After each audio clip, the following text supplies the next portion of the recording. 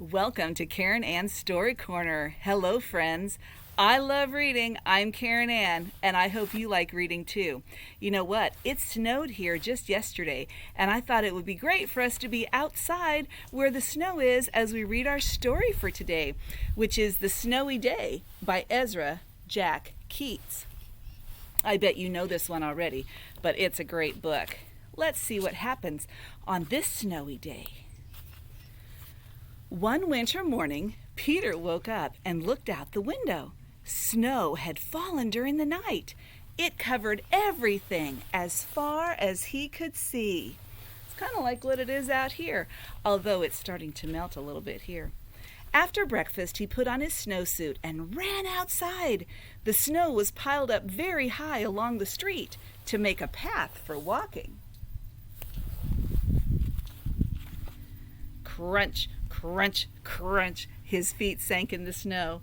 He walked with his toes pointing out like this, and then with his toes pointing in like that.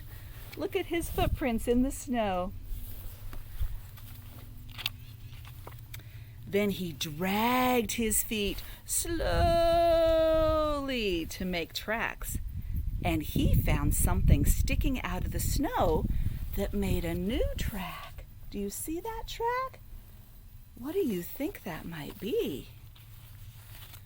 It was a stick that was just right for smacking a snow-covered tree. Down fell the snow, plop, right on top of Peter's head. Oh no, I bet that was so cold. He thought it would be fun to join the big boys in their snowball fight, but he knew he wasn't old enough. Not yet. Do you feel that way sometimes, that you're not quite old enough for something? So instead, he made a smiling snowman, and he made snow angels. Oh, I love to do that. He pretended he was a mountain climber. He climbed up a great big tall heaping mountain of snow, and he slid all the way back down. He picked up a handful of snow, and another, and still another. He packed it round and firm and put the snowball in his pocket for tomorrow. Then he went into his warm house. Uh-oh, what do you think's going to happen to that snowball? He told his mother all about his adventures while she took off his wet socks. And he thought, and he thought, and he thought about him. Do you ever think in the bathtub? It's a good place to think. Before he got into bed, he looked into his pocket. What do you think he found?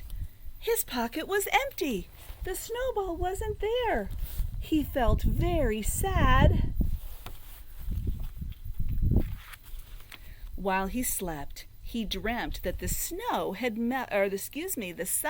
melted all the snow away. But when he woke up, his dream was gone, and the snow was still everywhere. And guess what, friends? New snow was falling. Don't you just love a great snowy day? After breakfast, he called his friend from across the hall, and they went outside together in the deep, deep snow. And that's the end of our Snowy Day book, friends. Remember that when you have a book, you are never alone. A book can take you any place and any time and introduce you to friends you could only imagine. So never ever be a day without reading a book. And if you enjoyed our story today, make sure you take time to like and subscribe. I'll see you next time. Keep reading.